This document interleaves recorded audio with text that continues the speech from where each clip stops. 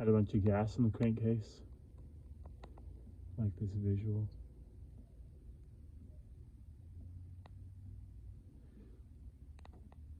Gonna throw some heavier weight oil in it. Hope it's good. It has low hours. I don't think it was ran much at all like that. Not sure when or how it happened, but oh well.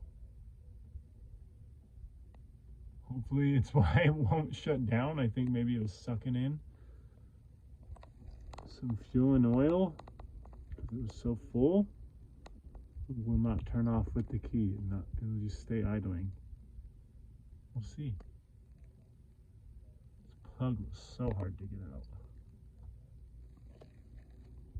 Okay then.